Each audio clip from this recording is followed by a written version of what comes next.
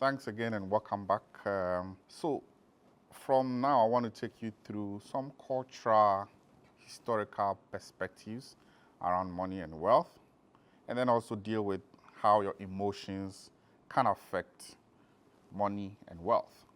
Money, the concept of money has evolved, over the years. Money is essentially the command over resources, right? So if you have money, you have command over resources. The concept of money started with the barter system around 9,000 to 6,000 BC, where you essentially exchange resources. If you have some resources, you take it, another person gives you theirs, and you exchange. Money is a medium of exchange. Right? It's a command over resources, but also a medium of exchange. Then around 1000 BC, it evolved into metallic money and coins. Then around 806 AD, we went into the paper money, which was backed by gold. 1970, paper money not backed by gold. And today, we have electronic money. Today you can send mobile money. Money doesn't have to be physical again. You can send money electronically. So let me go into how your emotions can affect your financial decisions.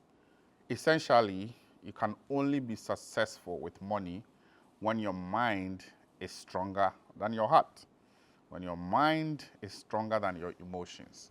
And I have several examples in my career. Throughout my career, I've encountered situations where we've had to make difficult decisions, right? Maybe because we are not achieving our financial targets, and mostly the staff or my direct reports will be expecting an emotional response, or why didn't we achieve our sales target and all that. But I'll quickly get out of emotions and think about solutions, results. Right? So they would normally say that I don't show emotions, but I've come to understand that you can only be successful when your mind is stronger than your emotions.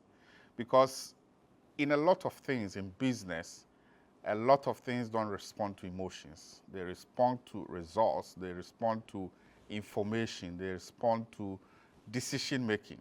So when you find yourself in a difficult situation, you need to put out your emotions and take decisions based on information that you have. So there is the impact of fear on your financial decisions, which are negative, to your financial outcomes. You need to get out of fear and take bold decisions. There is the issue of greed. Some people take decisions based on greed. They want to make money, quick money today, within few hours. That is how come there are a lot of Ponzi schemes that will promise you, 3,000%, 300% returns on an investment over a short period of time. It doesn't work like that. Money will not respond to your greed. You need to take decisions based on information and based on proper, financial information to get the outcome that you're looking for. Don't be stressed when things are not going the way you expect them to go. That's also emotions, right? Just take your decisions based on information.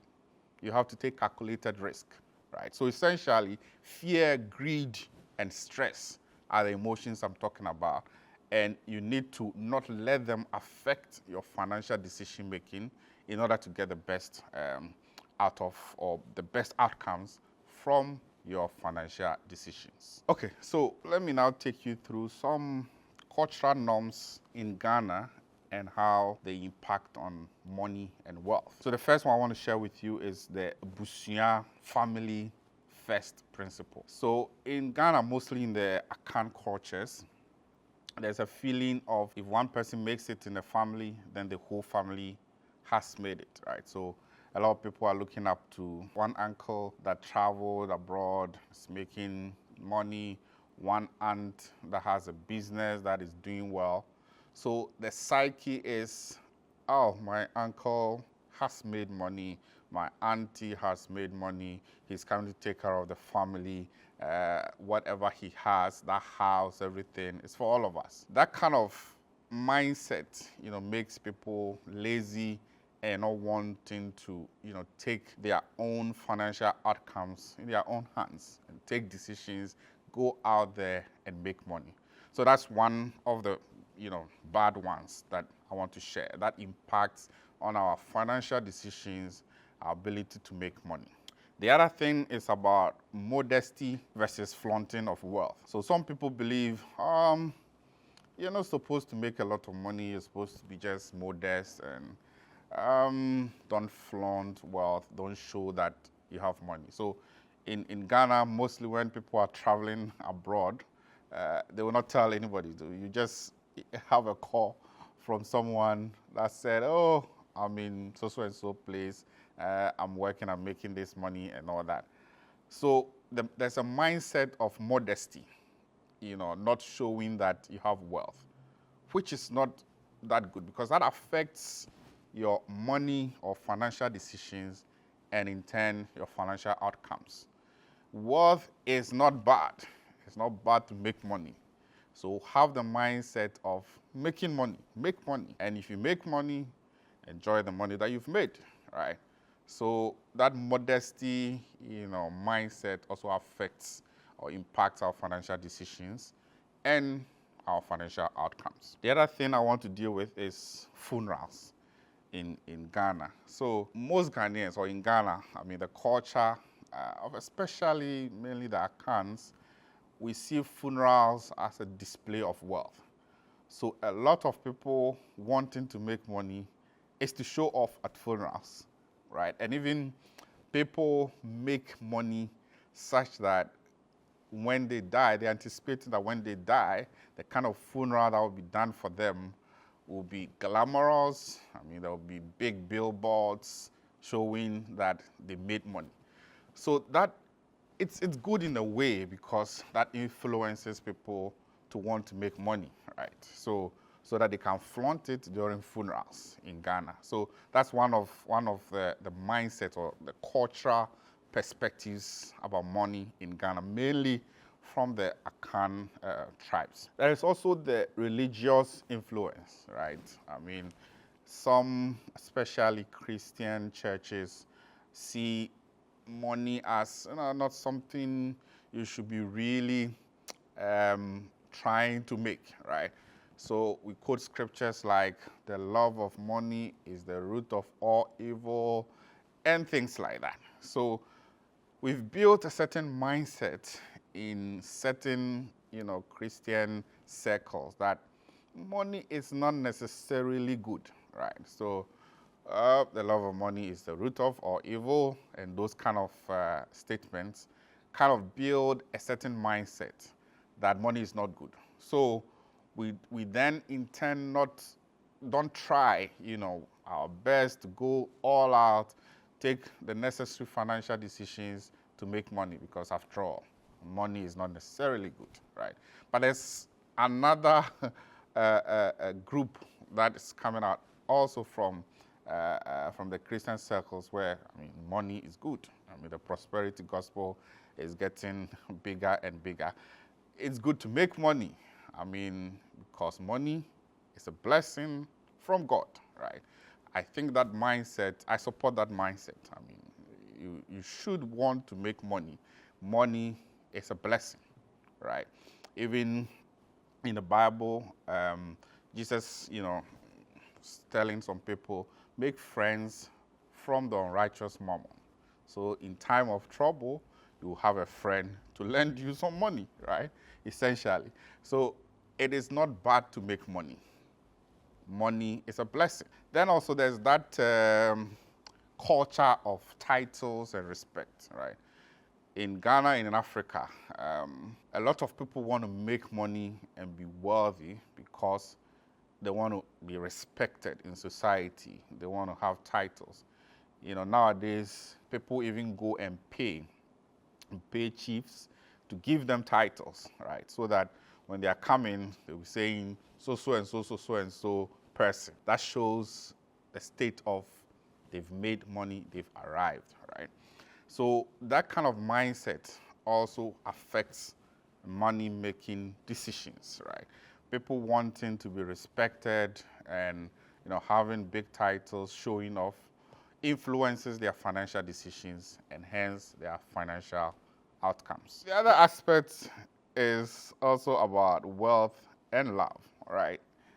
People want to make money so that they can attract and influence the kind of love they get, right? So that mindset also influences financial decisions and people wanting to make money. There is also that aspect of suspicion and gossip, especially around sudden wealth, right? So in this part of the world, there are this group of people who make money through, some dubious means. So when you make money, especially suddenly, people will be looking at you, there will be suspicion and gossip. So that also influences financial decisions and outcomes. You don't want to, you don't want people to suspect that the money you've made were through dubious means. These are all the things that are more cultural and things in our society that affect our mindset and hence our financial decisions. I'll take you then through something around cognitive biases that also affect money decisions. I can tell you that being objective is very important for financial decision making. The financial world doesn't respond to emotions. The financial world doesn't respond to emotions. It responds to data, it responds to information, it responds to proper decision making, right? So cognitive bias is essentially the act of irrationally conceiving or processing information because you lack the objectivity to look at the information objectively, right? So cognitive bias is the tendency to act in an irrational way due to our limited ability to process information objectively. So it's not always negative, but it can cloud your judgment and affect how clearly we perceive situations, people, and potential risks. So essentially, don't be biased, be objective, because the financial world does not respond to emotions, it responds to information and decision making. What are some of the strategies that you can use to mitigate these biases? First, you need to recognize them. Recognize cognitive biases. If you don't recognize it, then you can't deal with it, right? Then next, you need to develop structured approaches for financial decision making. And I'll be taking you through a lot of that in subsequent episodes on when I go into detail on personal finance management and the structured approaches to taking various financial decisions. So look out for the upcoming episodes. And then also seek diverse perspectives, right? We always say that wisdom is not in one head, right? So it's good to seek diverse perspectives, balance different alternative courses of actions, and choose the best out of them. There is this popular statement that was made by the former vice president, which said, if the fundamentals are weak, the exchange rate will expose you. Essentially, what we are saying is that the financial world, the economy, will not respond to the talk, will not respond to the propaganda, will not respond to anything. It will respond to the fundamentals, information, the decision making, what we've done over the period. So the financial world, the economy, does not respond to emotions. It responds to information and prudent financial decision making. So how do you create sustainable financial habits? And I'll be going through a lot of these in detail, like I mentioned in subsequent episodes. You need to be disciplined in most of your money management decisions. And I'll be taking you through a lot of that subsequently.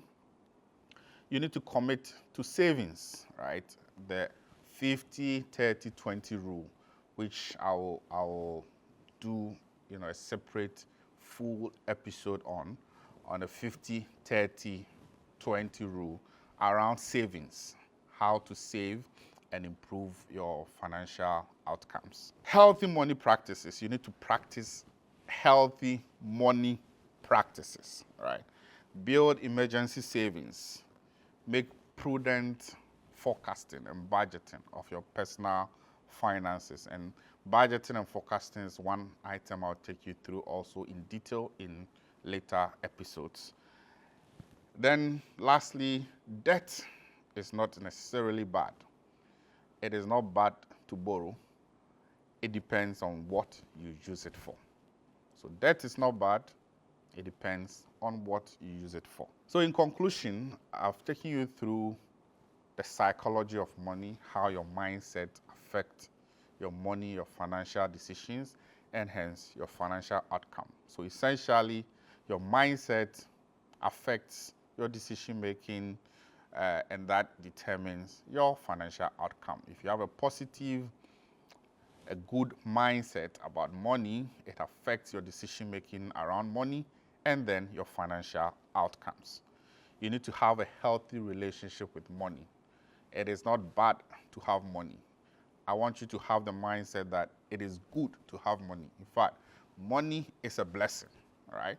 So when you have that mindset, you go all out, take the necessary financial decisions, which we'll go through in detail to make money and have a better financial outcome. So psychology of money, money is good. Have a good positive mindset about money. Take the best financial decisions and your financial outcome will improve. Change your mind, change your life. Thank you.